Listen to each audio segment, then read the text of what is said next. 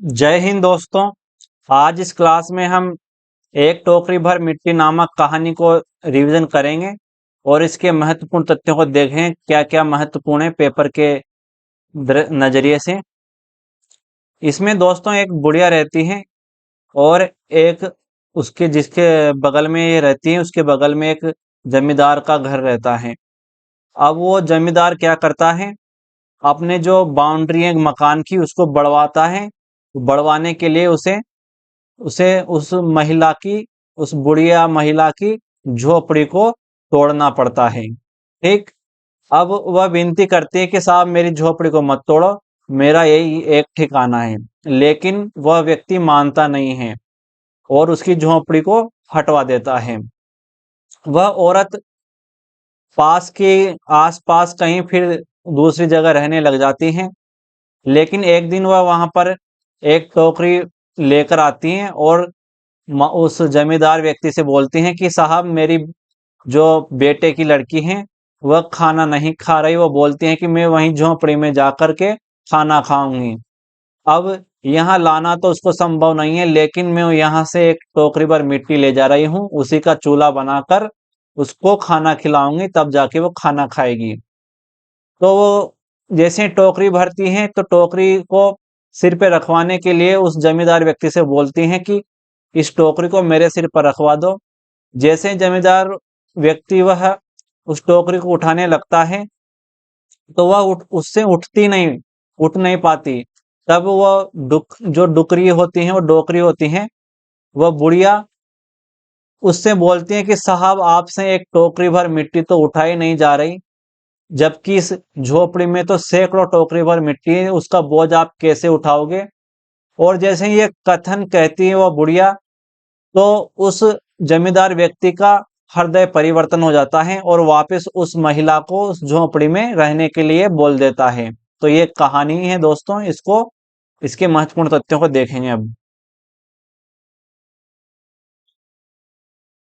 सबसे पहले दोस्तों, अभी तक अगर आपने क्लास नहीं लाइक नहीं करी हो तो इसको लाइक कर दो। क्लास को लाइक कर दो और क्लास अच्छी लगे तो कमेंट जरूर करना है दोस्तों। इसका जो लेखक है इस कहानी का वो है माधवराव सप्रे। देवी प्रसाद वर्मा ने एक टोकरी भर मिट्टी को हिंदी की पहली कहानी माना। तो किसने माना? देवी प्रसाद वर्मा ने। इसको कैसे याद रखेंगे? एक टोकरी भर दे देवी। जब भी हम किसी देवी के मंदिर में जाते हैं तो एक टोकरी लेकर जाते हैं, फूल की छोटी सी, और टोकरी में कुछ मांगते हैं हम, हे देवी एक टोकरी भर दे। इस तरह इसको याद कर लेंगे। क्या मांग रहे हैं? एक टोकरी भर दे मिट्टी से। देवी एक टोकरी भर दे मिट्टी से। ठीक। इस कहानी में दो पात्र हैं, कौन कौन से? एक तो जमींदार व्यक्ति, दूसरा अनाथ विधवा। ठीक। गौण पात्र भी हैं, जमींदार का वकील और विधवा की पोती। यह कहानी वर्ग भेद पर आधारित है। एक तरफ तो अमीर व्यक्ति हैं, एक तरफ गरीब महिला। इसमें एक गरीब के शोषण का चित्रण है। इस कहानी में अहंकार और स्वार्थ का चित्रण जमींदार के रूप में किया गया है। एक गरीब बुजुर्ग महिला द्वारा जमींदार का हृदय परिवर्तन होना दिखाया गया है इस कहानी में। कहानी का सारांश देखते हैं दोस्तों। किसी श्रीमान जमींदार के महल के पास गरीब अनाथ अनाथ विधवा की झोपड़ी थी। दोस्तों, महिला के बारे में बताया गया है, वह विधवा थी, अनाथ भी थी। ठीक। न तो उसका बेटा है न उसका पति है। ठीक, कोई नहीं है उसके साथ। उसकी एक पोती है मात्र, लेकिन उसकी बहू भी नहीं है। ठीक, उसकी बहू भी मर गई। अब जमींदार साहब को अपने महल का हाता यानी उसकी बाउंड्री उस झोपड़ी तक बढ़ाने की इच्छा हुई। विधवा से बहुत तेरा कहा कि अपनी झोपड़ी हटा ले, पर वह तो कई जमाने से वहीं बसी हुई थी।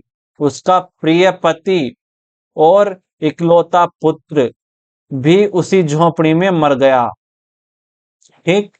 तो प्रश्न इस प्रकार बन सकता है कि जमींदार महिला की, उस बुजुर्ग महिला की झोंपड़ी क्यों हटवाना चाहता था? तो अपने मकान का हाथा बढ़वाने के लिए। तो ये इंपॉर्टेंट है दोस्तों, आपको ध्यान में रखना है, क्यों हटवाना चाहता था? अपने मकान का हाथा बढ़वाने के लिए। और उस झोंपड़ी में उसके प्रिय पति और इकलौते पुत्र, तो बुढ़िया के इकलौता पुत्र था जो भी मर गया, और उसका पति भी मर गया, ये आपको ध्यान में रखना है, उसी झोंपड़ी में मर गए। पतोहू यानी उसके बेटे की बहू एक 5 वर्ष की कन्या छोड़कर चल बसी। तो ये फैक्ट बहुत ही इंपॉर्टेंट है दोस्तों। उसकी पतोहू कितने वर्ष की कन्या छोड़कर चल बसी? 5 वर्ष की। ये आपको जरूर ध्यान में रखना है, पेपर में प्रश्न बन जाएगा यहां से कि बुढ़िया की पतोहू कितने वर्ष की कन्या छोड़कर मर गई थी? तो 5 वर्ष की कन्या। ठीक। अब यही उसकी पोती इस वृद्धा काल में एकमात्र आधार है, यानी उसकी देखभाल करने वाली कौन है? वो 5 वर्ष की उसकी पतोहू की कन्या। ठीक। जब से उसने अपने श्रीमान पड़ोसी की इच्छा का हाल सुना, तब से वह मृत प्राय हो गई। जब से उसने सुना कि जो जमींदार व्यक्ति हैं उसकी झोपड़ी को तुड़वाने वाला है, बेचारी बहुत परेशान हो गई थी। उस झोपड़ी में उसका मन लग गया था, बिना मरे वहां से वह निकलना नहीं चाहती थी। श्रीमान के सब प्रयत्न निष्फल हुए, तब वे अपनी जमींदारी चाल चलने लगे। यानी जमींदार व्यक्ति ने डरा धमका कर देख लिया, उससे डांट डपटा कर देख लिया, वह नहीं मानी, उसने झोपड़ी खाली नहीं करी। फिर उसने अपनी जमींदारी पैसों का इस्तेमाल किया, बाल की खाल निकालने वाले वकीलों की थैली गरम कर उन्होंने अदालत से झोपड़ी पर अपना कब्जा कर लिया। तो उसने कानून को भी खरीद लिया पैसे से दोस्तों, उसने पैसे से कानून को भी खरीद लिया और विधवा को वहां से निकाल दिया। जब कानून आया, कानून की सहायता लेकर उसने उस झोंपड़ी को तोड़वा दिया और उस महिला को वहां से निकलवा दिया। बेचारी अनाथ तो थी ही, पास पड़ोस में कहीं जाकर रहने लगी, मतलब उसके आसपास ही वह रहने लगी। एक दिन श्रीमान उस झोंपड़ी के आसपास टहल रहे थे और लोगों को काम बतला रहे थे कि वह विधवा हाथ में एक टोकरी लेकर वहां आ पहुंची। तो क्या लेकर आती है वो? एक टोकरी। श्रीमान ने उसको देखते ही अपने नौकरों से कहा कि उसे यहां से हटाओ, पर वह गिड़गिड़ाकर बोली, महाराज। क्या बोलती है वो? महाराज, अब तो यह झोपड़ी तुम्हारी ही हो गई है, मैं उसे लेने नहीं आई हूं। महाराज क्षमा करे, एक विनती है। जमींदार साहब के लिए सिर हिलाने पर उसने कहा, जब से यह झोपड़ी छूटी है तब से मेरी पोती ने खाना पीना छोड़ दिया। मैंने बहुत समझाया पर वह एक नहीं मानी। यही कहा मिट्टी यही कहा करती हैं कि अपने घर चल। यानी वह, उसकी पोती बोलती है कि दादी मुझे अपने घर में जाना है, मैं वहीं पे खाना खाऊंगी। तो दोस्तों यहां से लेकर और यहां तक की जो पंक्ति है, ये यहां तक की जो लाइन है, ये बहुत ही इंपॉर्टेंट है दोस्तों। दे देगा आपको इसको, इस कथन को उठाकर दे देगा और बोल देगा कौन सी कहानी से लिया गया है। तो एक टोकरी भर मिट्टी से। ठीक। अब मैंने यह सोचा कि इस झोंपड़ी में से एक टोकरी भर मिट्टी लेकर उसी का चूल्हा बनाकर रोटी पकाऊंगी, इससे भरोसा है कि वह खाने लगेगी, रोटी खाने लगेगी। तो प्रश्न यहां से भी बन सकता है कि बुढ़िया टोकरी भर मिट्टी क्यों ले जाना चाहती थी? तो क्यों ले जाना चाहती थी? ताकि उसकी बेटी उसके बने चूल्हे पर खाना खा सके, उसके बने चूल्हे से खाना खा सके। ठीक। तो ऐसा जब बुढ़िया ने कहा, तब उस बुढ़िया तब उसने कहा कि ठीक है, ले जाओ एक टोकरी भर मिट्टी। श्रीमान ने आज्ञा दे दी। ठीक। आगे देखिए, विधवा झोंपड़ी के भीतर गई। वहां जाते ही उसे पुरानी बातों का स्मरण हुआ, उसकी आंखों से आंसू की धारा बहने लगी। अपने आंतरिक दुख को किसी तरह संभाल कर उसने अपनी टोकरी मिट्टी से भर ली और हाथ से उठाकर बाहर ले आई। फिर हाथ जोड़कर श्रीमान से प्रार्थना करने लगी, महाराज कृपा करके इस टोकरी को जरा हाथ लगाइए, जिससे कि मैं उसे अपने सिर पर धर लूं, सिर पर धर लूं। जमींदार साहब पहले तो बहुत नाराज हुए, पर जब वह बार बार हाथ जोड़ने लगी और पैरों पर गिरने लगी तो उसके मन में कुछ दया आ गई। ज्यों ही टोकरी को हाथ लगाकर ऊपर उठाने लगे, त्यों ही देखा कि यह काम उनकी शक्ति से बाहर है, यानी उस टोकरी को वह उठा नहीं सका, उसके सिर पर रखवा नहीं सका।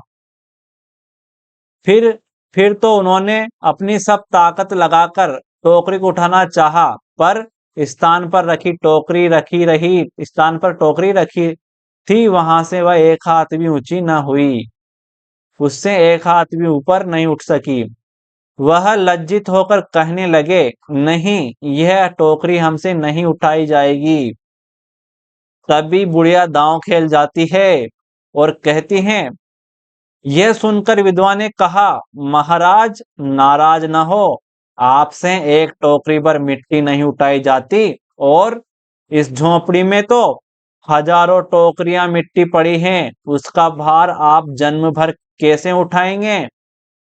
तब जमींदार साहब धन मद से गर्वित हो अपना कर्तव्य भूल गए थे, पर विधवा की उपयुक्त वचन सुनते ही उसकी आंख खुल गई और कृतकर्म यानी पिछले कर्म का पश्चाताप कर उसने विधवा से क्षमा मांग ली और उसकी झोपड़ी वापस लौटा दी। तो कहानी में के अंत में क्या हुआ, उसने बुढ़िया से क्षमा मांगी और उसे झोपड़ी वापस लौटा दी।